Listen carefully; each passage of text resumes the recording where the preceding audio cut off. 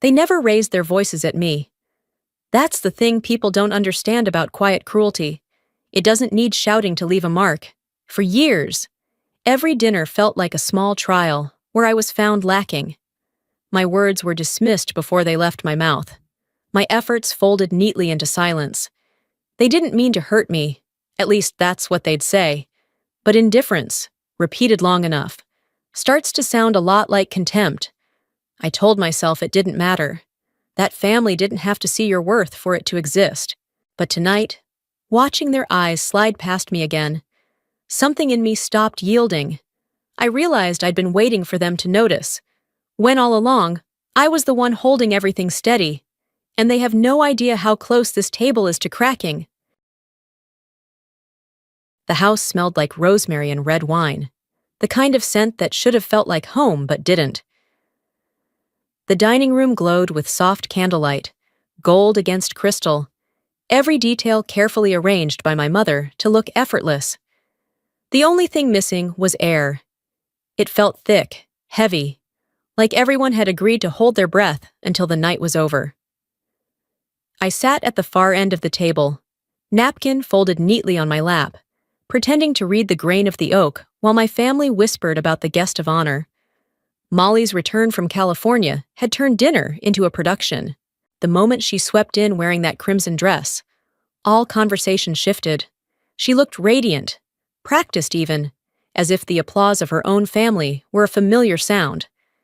Behind her, her fiancé followed, broad-shouldered, his posture effortless, the kind of man who had learned confidence from danger. My father clapped him on the back, like greeting a long-lost son. My mother's voice fluttered with pride. I watched the performance unfold, each word a reminder of where I stood. They spoke to him with reverence, to her with adoration, and to me only in passing, like an afterthought they had nearly forgotten to include. I smiled when expected, sipped when I needed cover, and reached for the phone beside my plate, a plain black device that almost never left my side. No one at that table knew it wasn't ordinary, and I intended to keep it that way. Dinner moved the way it always did, around Molly. She filled the room with stories from the cockpit, her hands slicing through the air as she described the G-forces, the split-second decisions, the applause that followed her homecoming ceremony. My parents hung on every word, their faces glowing with pride that wasn't meant for me. She was good at it, that kind of effortless boasting that sounds like modesty to everyone else. Then her eyes flicked to me, and the warmth in her voice cooled. She laughed softly. "Must be nice," she said, "having a job where no one's shooting at you." The table laughed with her, that polite, half-guilty kind of laughter that cuts deeper because it's small. I smiled the way you smile at a mosquito bite, tight, contained, already itching. Her fiancé leaned back, curious more than cruel. He asked something about network security, some acronym dropped casually, like tossing a match into the air just to see where it lands. I answered without thinking, tracing the line between theory and classified reality with practiced ease. He stopped smiling. For a split second, our eyes met, recognition, like two radio frequencies catching each other through the static. He knew, not who I was, but that I wasn't what they thought. Molly noticed the shift and laughed again, sharper this time, as if to cut the silence before it exposed her. My parents didn't notice at all. I rested my hand on the black phone beside my plate, the one I never turned off, and let the moment pass. When I looked up, the pilot was still watching me, not with suspicion, with respect. It started with a vibration against the table, soft enough to pass for a text. I felt it before I heard it, the pulse of something urgent wrapped in perfect silence. The phone's screen flashed once, a coded pattern only a handful of people would recognize. I didn't. Not here. Not tonight. While my mother poured more wine and Molly rehearsed another victory, I glanced at the display, thumb unlocking the secure channel hidden beneath a harmless interface. A minor breach, contained but volatile. I switched frequencies, issued a silent directive, then slipped the phone face down again. No one noticed, or so I thought. The fiancé's gaze lingered. He'd caught the change in my posture, The way I leaned back just slightly, breathing differently, as if counting seconds. Molly must have felt it too, because her voice faltered mid-sentence. She looked at me, frowning, like she could sense a presence she didn't understand. I met her stare, calm, detached, still the same older sister she'd always underestimated. But beneath the table, my pulse kept time with a satellite feed 3 states away. The breach closed, the threat neutralized. I exhaled and reached for my glass. Across the table, Molly's hand trembled just enough to ripple the wine inside her glass. My father chuckled at something irrelevant, still oblivious. The fiancé looked from her to me, realization dawning slow and quiet. For the first time that night, I wasn't invisible, and that was the most dangerous part. The rhythm of dinner had turned brittle. Every word from Molly rang louder than it needed to, her laughter sharpened by pride. She described the cockpit like a temple, her near misses like miracles, and the table drank it in. My mother's eyes shimmered. My father nodded, as if he'd been there himself. I kept my gaze steady, hands still, breathing through the familiar ache of invisibility. Then Molly leaned back in her chair, fork glinting between her fingers, and said something about how peaceful my kind of work must be. No danger, no pressure, just a quiet life behind a screen. The jab was wrapped in charm, but it hit its target clean. Laughter rose again, soft but suffocating. I let the silence settle before I answered. My tone was calm, almost lazy. Some jobs aren't about noise, I said. Some are about precision. The words landed heavier than they should have. The pilot tilted his head. Curious. He asked a question, technical, specific, the kind meant to trip up anyone bluffing. I answered without hesitation, detailing a protocol he shouldn't have expected me to know. His smile froze midair. For the first time all evening. He was studying me, not my sister. Molly sensed it. Her grin tightened as she reached for her wine, trying to pull the attention back. My father asked something simple about aircraft logistics, and I replied with just enough accuracy to keep him nodding. Beneath the table, I tapped the side of my phone, sending a short encrypted pulse, a maintenance signal to confirm system integrity back at my facility. The phone blinked once, a faint red reflection dancing on the curve of my glass. The pilot's gaze followed it, and when his eyes lifted again, the easy humor was gone. He didn't say anything, but his posture changed, a small instinctive adjustment of respect. Molly noticed that, too. I caught the faint tremor in her hand as she set her fork down. Just a flicker. But it was there. The air had shifted, and though no one else seemed to know why, she felt it first. The tension had a pulse now, slow, steady, and getting louder. Molly talked faster, laughing too much, dragging her fiancé into stories he'd clearly told her not to share. She was trying to reclaim the spotlight, but every time her voice filled the room, it felt forced, brittle around the edges. I was watching, not her, but the rhythm of the evening itself, the sound of silverware, the pauses between words. When the vibration came, I felt it before I heard it. The phone on the table buzzed once, then again, low and insistent. My stomach tightened. The alert wasn't routine. I turned it over with one hand, screen down, and unlocked the encrypted layer hidden beneath a decoy calendar app. A breach, not massive, but targeted, someone probing one of our defense relay nodes. The clock in my head started ticking. I excused myself with a glance, though I never left my chair. Commands went through muscle memory. Authenticate, isolate, neutralize. A silent flurry of actions wrapped in calm breathing. From the outside, I was just scrolling through a message. The pilot saw it first. The subtle change in my eyes. The precision of my movements. His own body went still, trained instinct recognizing another kind of battlefield. Molly's laughter died mid-sentence. She stared, confusion flickering into unease. I confirmed containment, then issued a live override, rerouting the signal to a secure black server. The phone pulsed red. Once. Done. I set it down beside my plate and lifted my glass. My heartbeat slowed. The entire exchange had taken 43 seconds. Across the table, the pilot straightened. His jaw tightened. His gaze flicked briefly downward, a salute disguised as a breath. He understood. My parents didn't. Molly's face had gone pale under the candlelight, her eyes darting between us, trying to piece together a conversation she wasn't invited to. The flame nearest her quivered, its reflection trembling in the red wine between us. No one spoke. The hum in the air was almost physical, charged with something new and irreversible. I smiled, quiet, almost kind, and folded my napkin beside my plate. The storm had passed, but the room would never feel the same again. The candles still burned, their light trembling against the walls, but the warmth had drained from the room. What was once a dinner table had turned into a silent front line. The air felt charged, waiting for someone to breathe wrong. I held the phone to my ear, my voice steady while chaos rippled on the other end of the encrypted line. The report was clipped and urgent. Threat neutralized, source unknown, possible targeted breach. I straightened in my chair, tone shifting without thought. Locate the source. Reroute surveillance to the backup servers. Forward the log to the Pentagon. My words cut through the tension, sharp and practiced. It wasn't the voice they knew.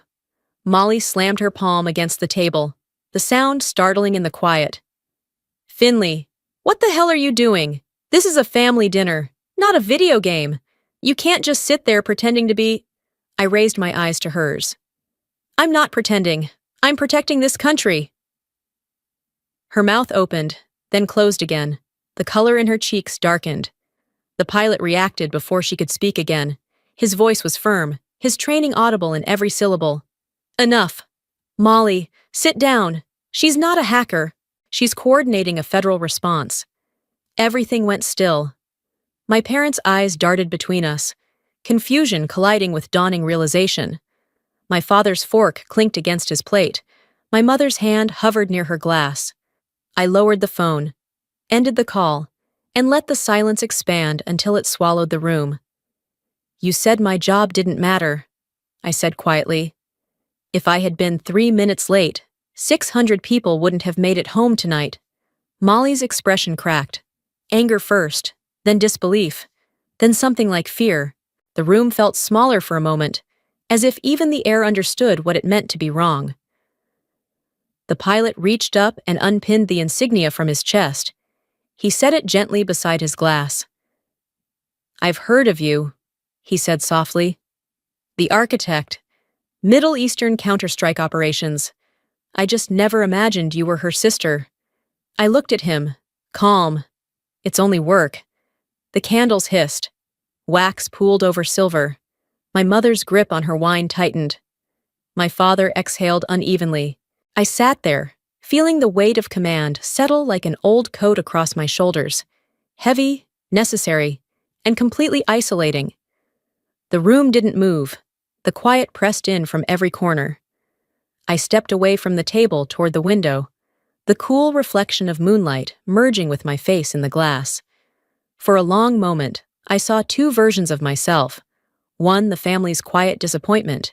The other, the ghost who kept them safe without their knowing. The phone vibrated again. Harder this time. The second breach had been detected. The voice on the line didn't hesitate. Director, we have another hit. The call is yours. Lock the system. Re-establish secure net. Initiate Iron Veil. My tone was low, clipped. The voice of a woman who no longer needed to explain. Behind me. Molly stumbled a step back. Who are you? She whispered. But it came out like a plea. I turned, meeting her eyes. The one who's kept you safe all along, even when you didn't believe I could. My father stood, trying to steady his breathing. Finley, is this real? You're not in IT? I faced him fully. No.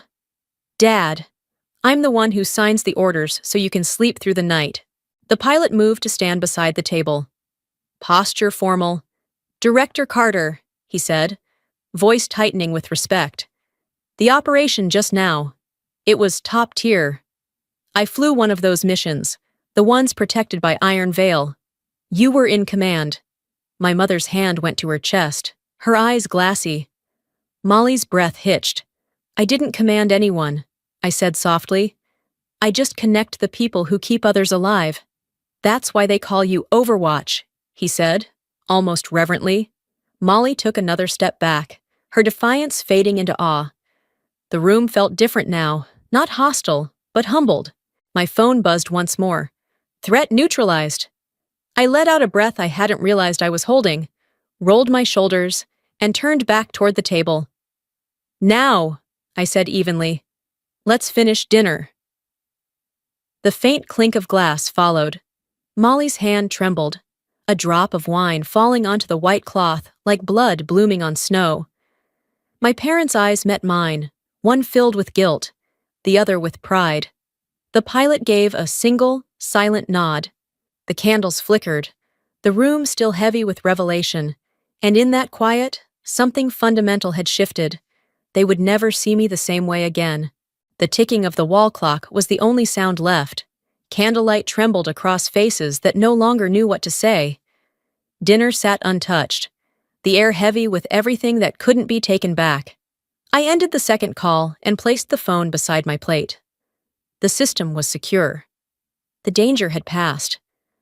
The rush drained from my body, leaving a stillness I hadn't felt in years. Molly's voice cracked through the quiet. Who were you talking to? Why did they call you director? What's Overwatch? I met her eyes. The one who makes sure no one gets past your door when you sleep. My father's hand trembled on the table. How long? 10 years, I said. 10 years of letting you think I was setting up Wi-Fi. The pilot stood, his expression shifting from shock to reverence. Director Carter, I served in Syria, 2019. Our defense system crashed, and someone brought it back in 18 minutes. That was you. I said nothing. He saluted. You saved us. Molly's eyes filled. You never told us. Silence is sometimes the only way to keep people safe. I whispered. The last candle burned down, wax spilling over like every false belief melting away. Dinner was almost over, though no one had touched their plates in hours.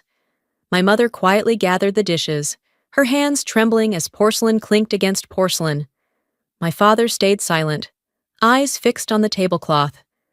Molly stared down, lips pressed tight, and the pilot remained standing beside his chair, waiting for me to speak. I rose, straightened my jacket, and let my gaze move across them. No one here is wrong, I said softly. You only ever saw what I allowed you to see. Molly's voice broke, fragile and raw. Then why hide it? Because if anyone ever came for me, they'd come for everyone I love. Secrecy isn't weakness, it's protection. My father lowered his eyes, his voice barely a whisper. I never knew. I thought you just didn't have the courage. I smiled faintly. You were close. I don't gamble, Dad. I calculate. Molly lifted her glass, then set it back down, tears gathering. You're stronger than I ever knew. I'm sorry. I nodded once. Nothing more. The pilot stepped forward and placed a silver challenge coin on the table. For the one who protects from the shadows, he said, you have one more life owed to you. I closed my fingers around it, the metal warm in my palm. Molly left first. My parents watched me, truly saw me, for the first time. The drive back to D.C. was quiet. The highway washed in a blur of streetlights and fog. The city's skyline rose in the distance, steady and familiar, every building pulsing faintly under the night. Inside my car, the faint hum of the engine mixed with the echo of radar tones still looping in my head, rhythmic, constant, comforting. By the time I reached my office, the world outside had gone still. I sat behind my desk, eyes on the wall of monitors flickering with satellite feeds. The network was clean. The country, for now, was safe. My phone buzzed. A message from Molly. Just signed up for a cybersecurity course. Guess I didn't want to be the only pilot in the family. I laughed, really laughed, for the first time in years. Another message followed. Respectfully, ma'am. It was an honor. The pilot. I smiled faintly, opened the drawer, and set the silver coin beside the Pentagon badge. Its weight felt different now, less like proof, more like peace. They don't see me as the desk-bound sister anymore, I murmured. Truth is, I've always liked the desk. From here, I can move the world without leaving my chair. Outside, the city glowed against the glass. I whispered to no one, almost a prayer. They finally understand, and that's enough.